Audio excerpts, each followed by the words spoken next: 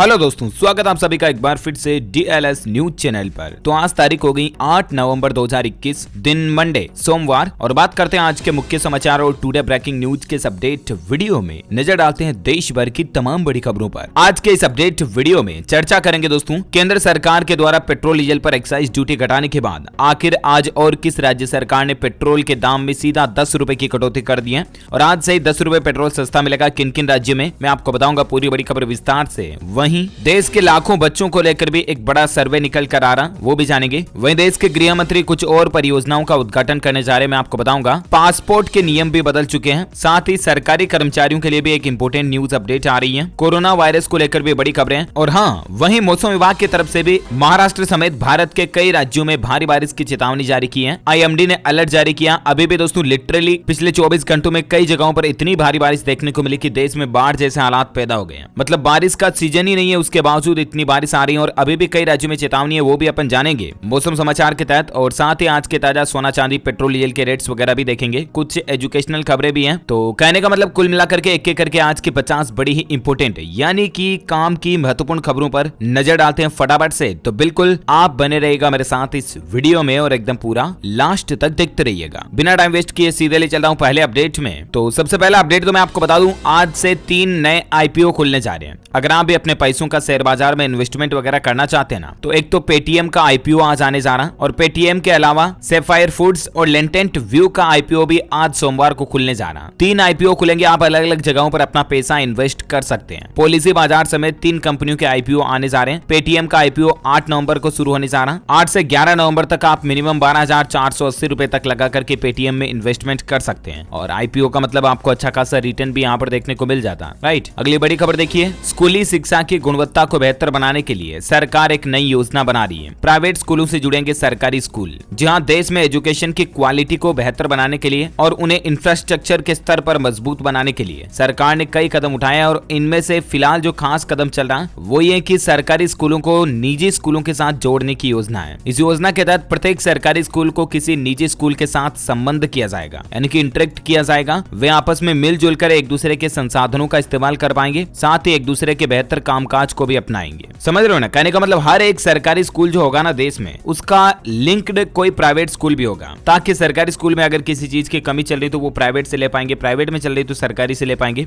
एक दूसरे के साथ रिसोर्सेज को तो शेयर कर पाएंगे, साथ ही नॉलेज और इन्फॉर्मेशन भी स्टूडेंट्स एक दूसरे के साथ शेयर कर पाएंगे, है ना? तो ये स्कूलों को लेकर सरकार की नई प्लानिंग चल रही है। अच्छा, स्कूलों पर एक पंजाब कैबिनेट का भी बड़ा फैसला देखिए कि स्कूलों में वैकल्पिक नहीं होगी बल्कि अनिवार्य होगी पंजाबी भाषा। अगर कोई स्कूल नहीं पढ़ाएगा तो उस पर सीधा 2 लाख रुपए तक का जुर्माना लगाया जाएगा। दरअसल पंजाब सरकार की तरफ से कैबिनेट की बैठक में कल ही यह महत्वपूर्ण फैसला लिया गया। प्राइवेट स्कूलों पर सख्ती बरतते हुए पंजाब सरकार ने कहा कि पहली से लेकर 10वीं कक्षा तक अब पंजाबी भाषा कंपलसरी सब्जेक्ट में रखना अनिवार्य होगा। अगर कोई भी प्राइवेट स्कूल इस नियम का उल्लंघन करेगा तो 2 लाख रुपए तक का फाइन सीधा लगाया जाएगा। वहीं देखिए, मध्य प्रदेश के भी स्कूलों में बनेगा खुशी का कोना। विद्यार्थी अपनी बातों को काउंसलर के साथ साझा कर पाएंगे, शेयर कर पाएंगे। इस तरह की भी नई सिस्टम प्रणाली MP में शुरू हो रही है ना? अगली बड़ी खबर देखिए, खतरनाक आंकड़े देखने को मिले हैं। देश में 33 लाख से भी ज्यादा बच्चे कुपोषण का शिकार हैं, और सबसे ज्यादा प्रभावित टॉप 5 राज्यों में 3 तो NDA शासित राज्य हैं। ये लिस्ट भी आप देख सकते हैं कि किस राज्य में कितने कुपोषित बच्चे हैं। सबसे ज्यादा महाराष्ट्र में है 6,16,000 से भी ज्यादा, बिहार में 4,75,000, गुजरात में 3,20,000, आंध्र प्रदेश में 2.5 लाख और कर्नाटक में भी ऑलमोस्ट 2.5 लाख कुपोषित बच्चे हैं। यानी कि ऐसे बच्चे हैं जिन्हें अच्छा न्यूट्रिशन वाला खाना भी डेली नहीं मिल पाता है। अब जरा सोचिए कि भारत जैसे देश की अगर यह हालात होगी, उसके बच्चों की अगर यह हालात होगी, तो ये बात आप भी अच्छी तरह से जानते होंगे दोस्तों कि किसी देश का भविष्य कितना अच्छा होगा वो बच्चे ही डिसाइड करते हैं। यानी कि देश का फ्यूचर बच्चे खुद ही होते हैं। आज अगर हमारे देश में बच्चों को अच्छा खाना नहीं मिल रहा, वे कुपोषण का शिकार हो रहे हैं ना, तो कहीं ना कहीं भारत का भविष्य खराब हो रहा है। बड़ी ही दयनीय स्थिति है और चिंताजनक बात भी है। सरकार को जरूर इस मुद्दे को बड़े लेवल पर उठाना चाहिए और बच्चों को अच्छा पोषण मिले, विटामिन प्रोटीन्स वाली डाइट मिले। इसको लेकर सरकार को कुछ सख्त नियम कानून कायदे लागू करने चाहिए और कोई नई योजनाएं नई स्कीमों का ऐलान भी करना चाहिए। राइट, देखते हैं सरकार अभी सर्वे के बाद क्या फैसला लेती। जो भी अपडेट आएगा मैं आपको बता दूंगा। वहीं देखिए, प्रधानमंत्री नरेंद्र मोदी आज महाराष्ट्र राज्य को बड़ी सौगात देने जा रहे हैं। 4 लेन मार्ग की आधारशिला रखने जा रहे हैं। जी हाँ दोस्तों, आपको बता दूं आज 8 नवंबर को भारत के प्रधानमंत्री नरेंद्र मोदी जो है वो संत ज्ञानेश्वर महाराज पालकी मार्ग के 5 खड़ों को 4 लेन करने के लिए सोमवार यानी 8 नवंबर को आधारशिला रखेंगे। महाराष्ट्र में 2 राष्ट्रीय राजमार्ग को 4 लेन किए जाने की आधारशिला रखने जा रहे हैं। 11,000 करोड़ करोड़ से भी ज्यादा की ये परियोजना है ना। वहीं देखिए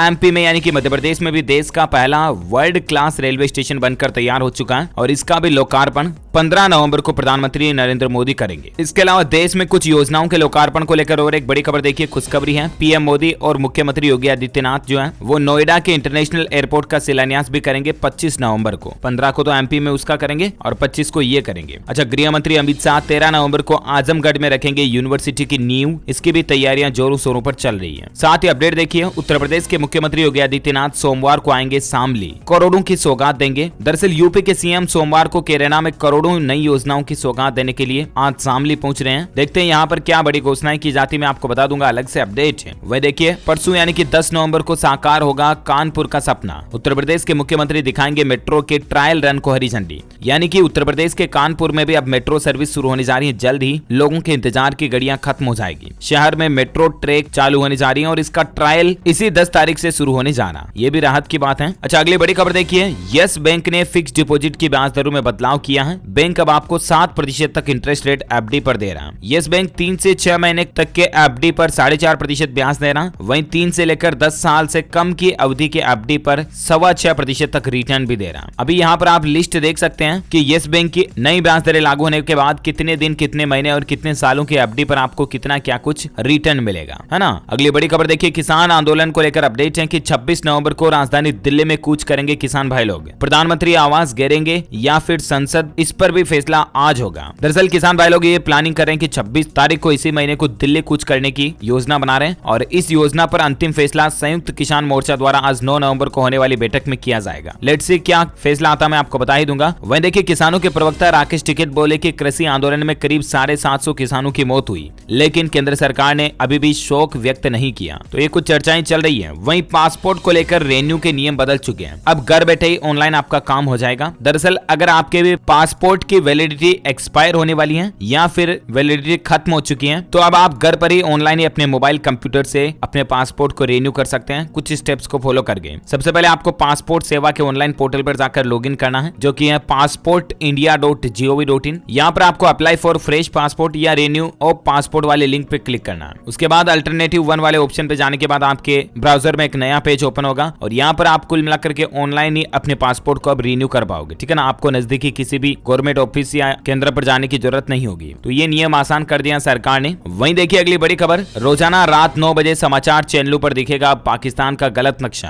आखिर पूरा मामला क्या, तो मैं आपको बता दूं, पाकिस्तान सरकार ने वहां के देश में जितने भी टीवी के न्यूज चैनल वगैरह है ना, उनको ये आदेश जारी कर दिया, सभी चैनलों को, न्यूज का ही जरूरी नहीं, सभी चैनलों को ये कह दिया कि अनिवार्य रूप से रात 9 बजे जो भी बुलेटिन प्रसारित होगा ना, उससे पहले देश का नक्शा दिखाया जाए, यानी कि पाकिस्तान का नक्शा दिखाई देगा अब टीवी चैनलों पर। लेकिन मसला ये बन रहा है कि इमरान खान ने वो नक्शा दिखाने को कहा जो हाल ही में पाकिस्तान प्रधानमंत्री इमरान खान द्वारा पाकिस्तान का जो नया राजनीतिक नक्शा जारी किया था ना, यहाँ तक कि उसमें गुजरात के जूनागढ़ पर भी पाकिस्तान ने अपना दावा कर रखा है, यानी कि उसको अपना बताया उस नए नक्शे में। जम्मू कश्मीर और लद्दाख को भी अपना बताया। तो पूरी तरह से गलत पाकिस्तान का नक्शा पाकिस्तान के चैनलों पर दिखाया जाएगा। लेकिन सिर्फ फोटो दिखाने से गुजरात की ये जगह या जम्मू कश्मीर लद्दाख जो है ना, पाकिस्तान का कभी नहीं बन जाने वाला। वो सिर्फ एक मन की शांति के लिए है। अगली बड़ी खबर देखिए, काम की न्यूज अपडेट है। आज से बंद हो जाएगी सरकारी कर्मचारियों को मिलने वाली एक बड़ी सुविधा। दरअसल बात कुछ यूं है कि कोविड महामारी के दौरान सरकारी कर्मचारियों को जितनी भी सहूलियत सुविधाएं वगैरह दी जा रही थी ना, वो अब आज से खत्म हो जाएगी। अब सरकारी कर्मचारियों को अपने ऑफिस पूरे समय की उपस्थिति दर्ज करानी होगी। और यहाँ तक कि आज 8 नवंबर से देश भर में एक नया नियम ये भी लागू होने जा रहा है सरकारी कर्मचारियों के लिए कि वो अपने डिपार्टमेंट में अब बायोमेट्रिक सिस्टम पर हाजिरी दर्ज कराएंगे, यानी कि उंगली की फिंगरप्रिंट लगाने के बाद अटेंडेंस होगी डेली। जितने भी सरकारी कर्मचारी चाहे किसी भी डिपार्टमेंट में काम कर रहा हो, तभी उनकी प्रेजेंस मानी जाएगी। और कोरोना काल के दौरान जितनी भी उनकी छुट्टियां वगैरह थी या रूल्स रेगुलेशंस थे अलग अलग, वो सब कुछ आज से फिनिश होने जा रहे हैं। अच्छा, केंद्रीय कर्मचारियों को लेकर एक खुशखबरी ये भी आ रही है कि एक और भत्ते पर भी सरकार मंथन कर रही है,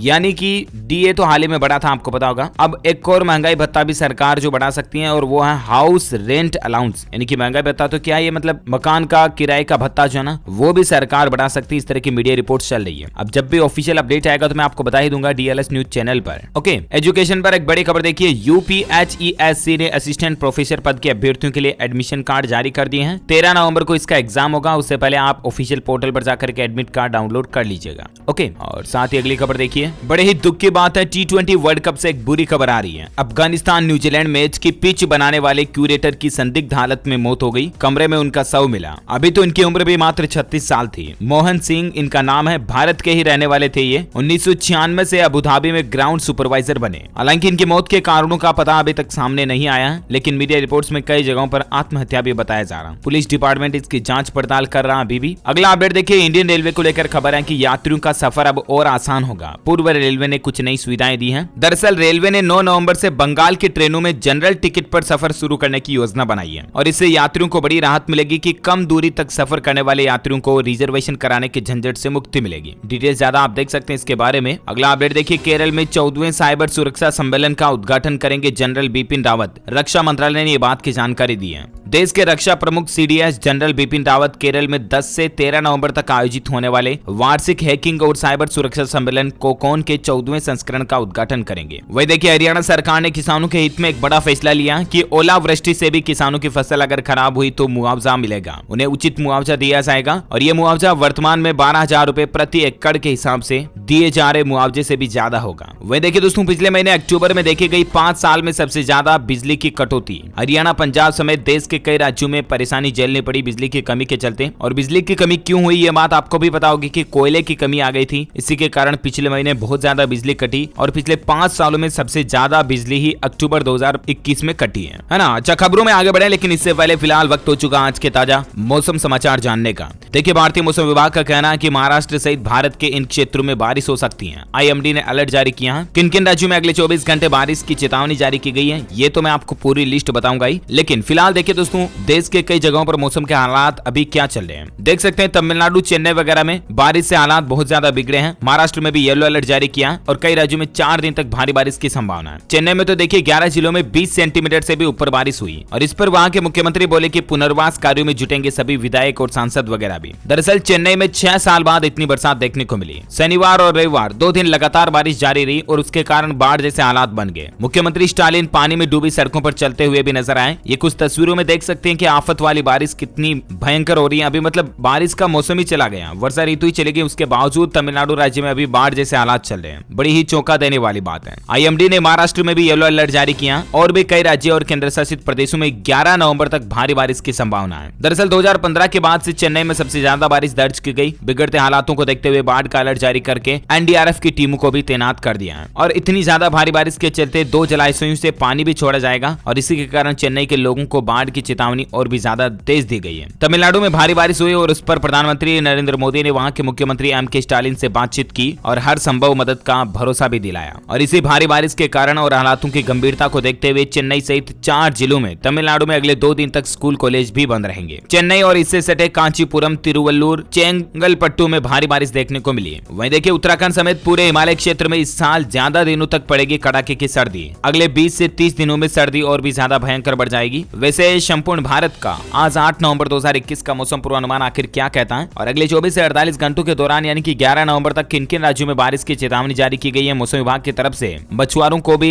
मछलियां पकड़ने न जाने के लिए सलाह दी गई है। तो मैं आपको बता दूं, मौसम विभाग का कहना है कि 9, 10, 11 नवंबर तक दक्षिण पूर्व बंगाल की खाड़ी में मछुआरे भी ना जाएं। वैसे स्काईमेट वेदर की रिपोर्ट के मुताबिक अगले 24 घंटों के दौरान आंध्र प्रदेश, दक्षिण तट और उत्तरी तटीय तमिलनाडु में मध्यम से भारी बारिश की संभावना है। केरल के कुछ हिस्सों में, दक्षिण आंतरिक कर्नाटक, तटीय कर्नाटक, कोंकण, गोवा, मध्य महाराष्ट्र के कुछ हिस्सों में और लक्षद्वीप में भी हल्की मध्यम बारिश की संभावना है। केरल, कोंकण, गोवा, अंडमान निकोबार द्वीप समूह वगैरह के लोग स्पेशल सावधान रहें। ओके, तो ये रहा आज का वेदर न्यूज अलर्ट। वहीं देखिए दोस्तों, पेट्रोल को लेकर एक अच्छी रात की खबर निकल कर आ रही है कि लगातार तीसरे दिन भी दाम नहीं बढ़े हैं। राजधानी दिल्ली में अभी पेट्रोल की कीमत 103 रुपए प्रति लीटर चल रही है, जबकि डीजल 86 रुपए 67 पैसे के लगभग चल रहा है। वहीं देखिए, पंजाब सरकार ने एक बड़ी राहत दी है, पेट्रोल और डीजल पर दाम घटा दिए। आज रात से ही यानी कि जो ये बीती रात निकली ना, तब से ही यानी कि अभी मॉर्निंग से ही, आज के दिन से ही पेट्रोल 10 रुपए सस्ता हो गया और डीजल सीधा 5 रुपए सस्ता हो गया पंजाब में। दरअसल पंजाब के जो नए मुख्यमंत्री चन्नी जी बने, उन्होंने बड़ा ऐलान किया और पंजाब में सीधा पेट्रोल की रेटों को 10 रुपए कम कर दिया और डीजल को 5 रुपए कम कर दिया। यानी कि अब आपको 15 रुपए तक फ्यूल ईंधन जो है वो सस्ता देखने को मिलेगा, है ना, पंजाब में। अच्छा, वहीं देखिए दोस्तों, कुछ कोरोना की ताजा बुलेटिन समाचार देखिए आप। उत्तराखंड में कोरोना से अब राहत मिल रही है। उत्तराखंड के 11 जिलों में कोरोना का कोई मामला पिछले 24 घंटों में नहीं देख पाया। वहीं बिहार सरकार एक नई सुविधा शुरू करने जा रही है। अब घर बैठे सिर्फ एक फोन कॉल पर आप कोरोना वायरस की वैक्सीन लगा पाएंगे। दरअसल टीकाकरण को बढ़ावा देने के लिए बिहार सरकार ने एक नई सुविधा शुरू की है। एक टोल फ्री नंबर जारी करने की प्लानिंग करी बिहार सरकार और जैसे आप उस नंबर पर कॉल करोगे ना, तो सरकार की जैसे कि आंगनबाड़ी कार्यकर्ता, GNM वगैरह होती है, नर्सेज मैडम वगैरह, वो आपके घर पर आकर आपको कोरोना का टीका लगाकर जाएगी, है ना। तो बिहार में इस तरह की भी सरकार की प्लानिंग चल रही है। वहीं देखिए हिमाचल में 1.25 साल बाद स्कूल आएंगे तीसरी व 5वीं के विद्यार्थी। 8वीं से लेकर 12वीं तक कक्षाएं नियमित रूप से आज से लागू होने जा रही है हिमाचल प्रदेश में। अच्छा, कोरोना पर एक दावा किया जा रहा है कि कोरोना का जो नया वेरिएंट आया ना अभी हाल ही में AY4.2,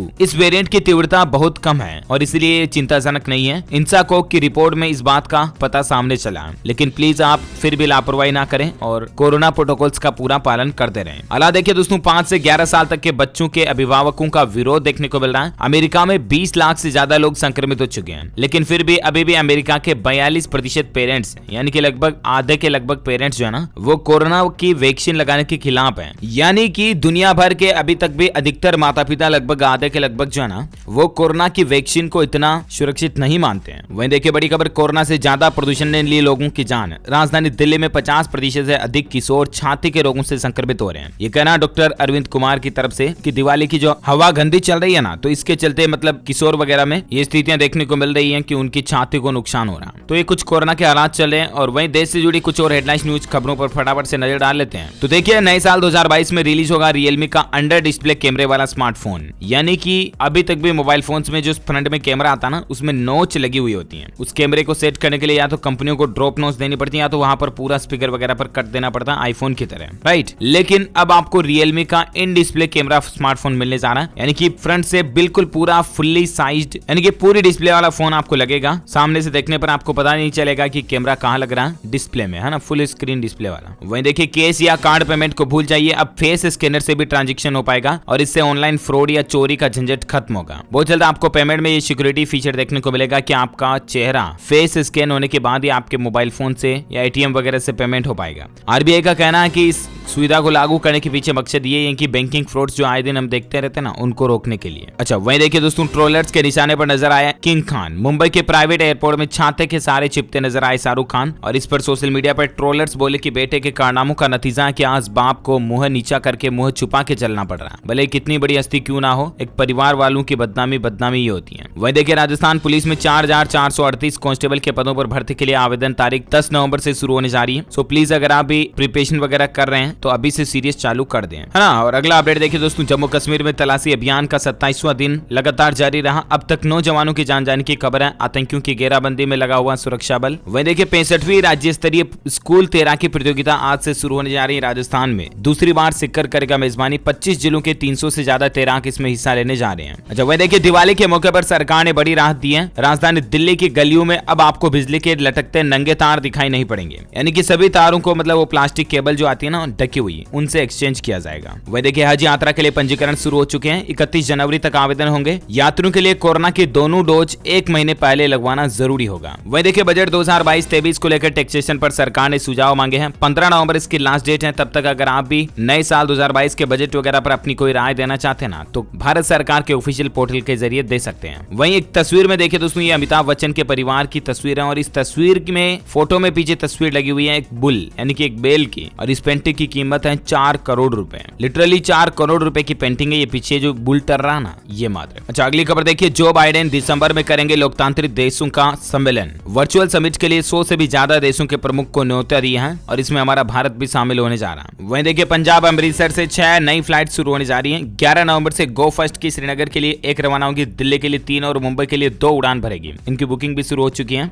अच्छा, केंद्र सरकार का भी एक बड़ा फैसला देखिए, 3600 करोड़ रुपए के VVIP हेलीकॉप्टर घोटाले से जुड़ी इटली की कंपनी से लगा बैन हटा दिया। अच्छा, वहीं इंस्टाग्राम ट्विटर पर एक क्रॉस पोस्टिंग फीचर आपको मिलने जा रहा। क्रॉस पोस्टिंग बोले दोस्तों तो इंस्टा के मैसेज में अगर अब आप कोई लिंक मेंशन करोगे कहीं पर भी मैसेज में कमेंट में तो उस लिंक का प्रीव्यू आपको वहीं पर मिल जाएगा। ये लिंक प्रीव्यू फीचर अब आपको इंस्टा पर भी मिलने जा रहा है। और अगली खबर देखिए दोस्तों, IAS टीना डब्बी की बहन रिया के नाम पर सोशल मीडिया पर ठगी भी चल रही है। इनके नाम पर कई सारे एजुकेशनल नोट्स वगैरह और स्टडी मटेरियल बेचे जा रहे हैं जो कि बिल्कुल फर्जी हैं। इनके नाम के द्वारा कोई भी ऑफिशियल नोट्स वगैरह नहीं निकाले गए, ठीक है ना, तो टेंशन ना लें आप। ओके, तो उम्मीद है ये आज दिन भर की तमाम बड़ी खबरें आपको जरूर जानने मिली होगी। वैसे आप मुझे कमेंट करके बताइए कि भारत की पहले महिला अंतरिक्ष यात्री कौन थी? Who was the first woman astronaut of India? जो लोग इस सवाल का सही जवाब इस वीडियो के नीचे कमेंट बॉक्स में देंगे ना वो रैंडमली सेलेक्ट होने पर जीत सकते हैं एक शानदार सैमसंग कंपनी का मोबाइल फोन आपको जीतने का मौका मिलेगा। साथ ही अगर आपको वीडियो अच्छा लगा तो इसे लाइक करना, शेयर करना और आप हमारे चैनल को भी सब्सक्राइब करके बेल आइकन जरूर दबा देना ताकि हर रोज के काम के अपडेट्स तुरंत आपके मोबाइल पर मिलते रहेंगे। Thank you, take care, good bye, जय हिंद, जय भारत, वंदे मातरम।